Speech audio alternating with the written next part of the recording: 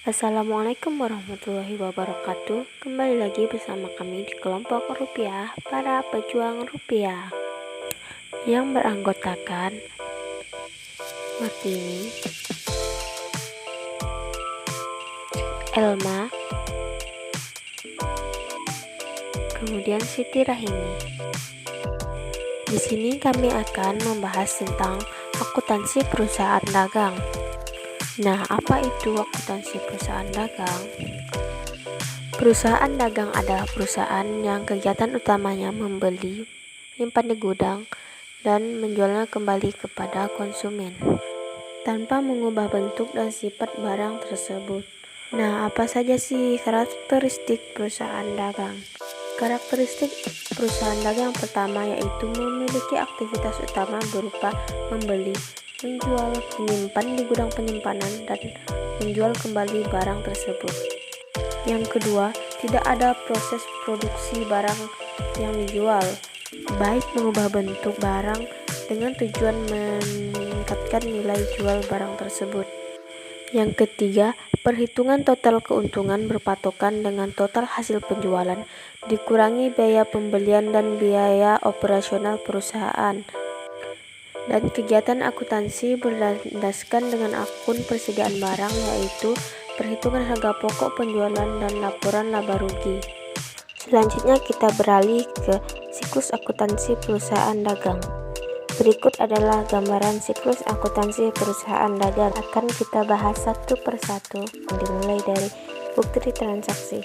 Berikut adalah contoh bukti transaksi yang ada di perusahaan dagang per Desember 2015. Setelah itu kita lanjut ke siklus akuntansi yang kedua, yaitu jurnal. Penjurnalan adalah kegiatan yang dilakukan untuk mencatat semua transaksi yang terjadi dalam perusahaan. Pada perusahaan dagang terdapat dua jurnal, yaitu jurnal khusus dan jurnal umum, yang akan kita bahas satu persatu. Yang pertama yaitu jurnal khusus. Terdapat 4 jurnal di dalam jurnal khusus, yaitu jurnal pembelian, jurnal penjualan, jurnal penerimaan kas, dan jurnal pengeluaran kas. Kemudian lanjut ke jurnal umum. Untuk jurnal umum sama seperti jurnal umum pada perusahaan jasa. Jurnal ini berisi transaksi yang tidak terdapat dalam jurnal khusus. Selanjutnya kita akan mengenal transaksi yang ada di perusahaan dagang, kemudian menganalisisnya dan mengelompokkannya ke dalam jurnal-jurnal yang ada di perusahaan dagang. Berikut adalah cara menganalisis transaksi pada setiap jurnal. Yang pertama, jurnal pembelian. Ciri utama transaksi pada jurnal pembelian yaitu terdapat pembelian secara kredit. Seperti contoh transaksi yang ada di bawah ini. Terdapat kata membeli barang secara kredit, itu sudah jelas termasuk ke dalam jurnal pembelian. Berikut contoh pencatatannya pada jurnal pembelian. Terdapat kolom nomor, tanggal, nama pemasok, referensi.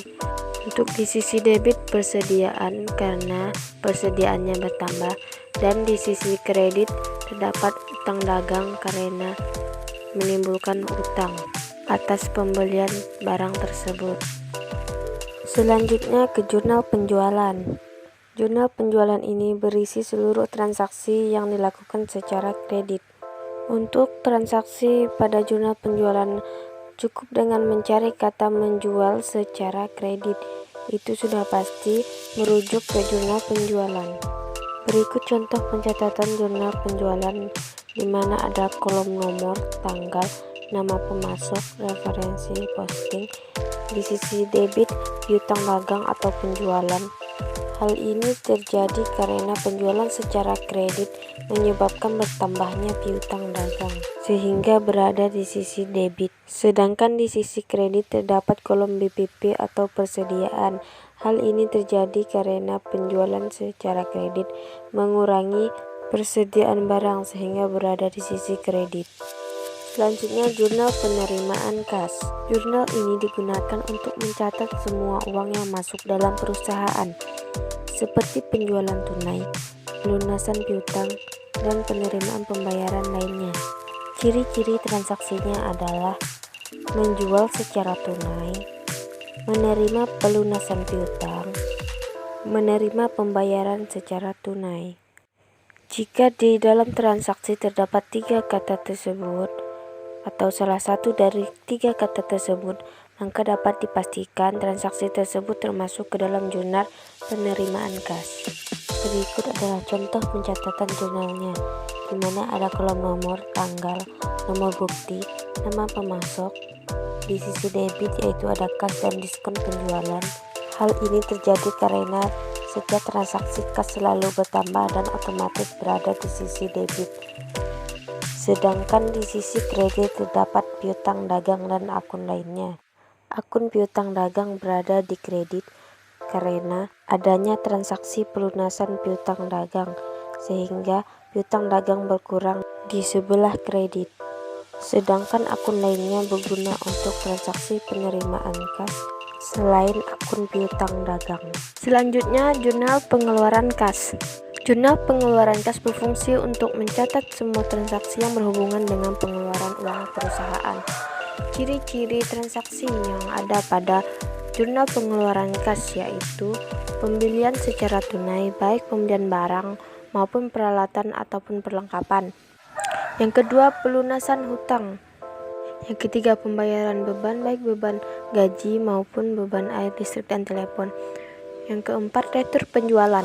Jika sebuah transaksi terdapat salah satu dari ciri tersebut, maka dapat dikelompokkan ke jurnal pengeluaran kas.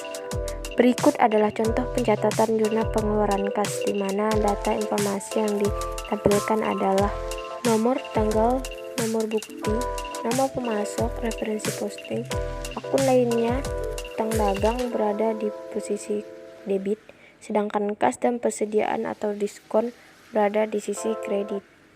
Akun utang dagang berada di sisi debit karena transaksi pengeluaran kas berupa pelunasan utang, sehingga utang berkurang di sisi debit.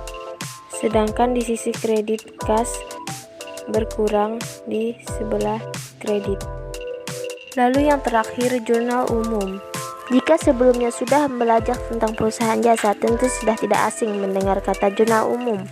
Ada beberapa transaksi yang wajib dicatat di jurnal umum. Yang pertama, penjualan dan pembelian barang dagangan. Yang kedua, pemasukan dan pengeluaran kas. Ketiga, retur penjualan dan pengurangan harga. 4, retur pembelian dan pengurangan harga. 5, potongan pembelian. 6, beban angkut pembelian dan penjualan.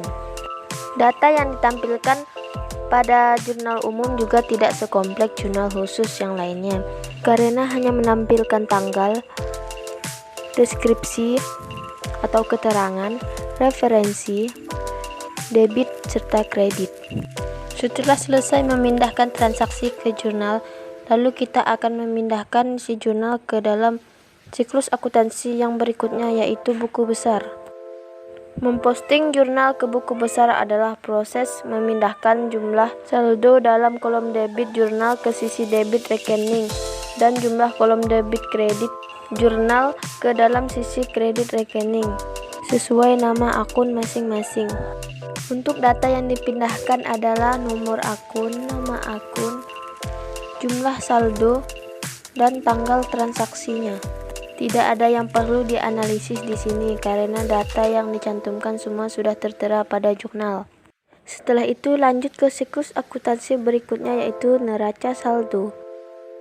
Neraca saldo adalah suatu daftar yang berisi seluruh jenis nama akun beserta saldo total dari setiap akun yang disusun secara sistematis sesuai dengan kode akun yang bersumber dari buku besar perusahaan pada periode tertentu. Kolom yang ada di neraca saldo yaitu nomor akun, nama akun, debit, dan kredit. Setelah itu kita lanjut ke jurnal penyesuaian. Sebelum membuat jurnal penyesuaian, maka kita lihat dulu apakah ada data-data transaksi yang harus disesuaikan. Dan ternyata ada, jadi kita harus membuat jurnal penyesuaian. Jurnal penyesuaiannya adalah sebagai berikut ini. Ini dibuat untuk mencatat perubahan saldo pada beberapa akun.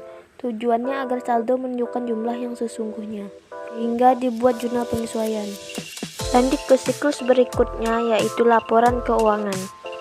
Laporan keuangan adalah catatan informasi keuangan suatu perusahaan pada periode akuntansi yang dapat digunakan untuk menggambarkan kinerja perusahaan tersebut. Jenis dari laporan keuangan yaitu laporan laba rugi, laporan arus kas, laporan perubahan modal, laporan neraca, dan catatan atas laporan keuangan. Berikut ini adalah contoh pencatatan laporan keuangan. Membuat laporan keuangan akan terasa lebih mudah jika sebelumnya sudah membuat neraca lajur. Neraca lajur adalah suatu lembaran kertas yang berlajur atau berkolom yang digunakan dalam akuntansi secara manual, yang bertujuan untuk mempermudah penyusunan laporan keuangan, di mana 5 kolom tersebut adalah neraca saldo, penyesuaian, neraca saldo setelah penyesuaian, laba rugi, dan neraca. Terdapat juga kolom nomor akun dan nama akun. Kemudian siklus yang terakhir yaitu jurnal penutup. Jurnal penutup adalah bagian dari laporan keuangan yang disusun pada akhir periode pembukuan. Jurnal ini digunakan untuk menutup akun nominal dan menyiapkan neraca akhir. Berikut adalah bentuk pencatatan jurnal penutup. Akun-akun yang ditutup adalah akun pendapatan, akun beban, ikhtisar laba rugi, dan akun prepay. Baiklah, itu saja pemaparan dari kami. Kami ucapkan wassalamualaikum warahmatullahi wabarakatuh. Jangan lupa like, comment, share, and subscribe. Semoga ilmu ini dapat bermanfaat untuk banyak orang. Salam kelompok rupiah, para pejuang rupiah.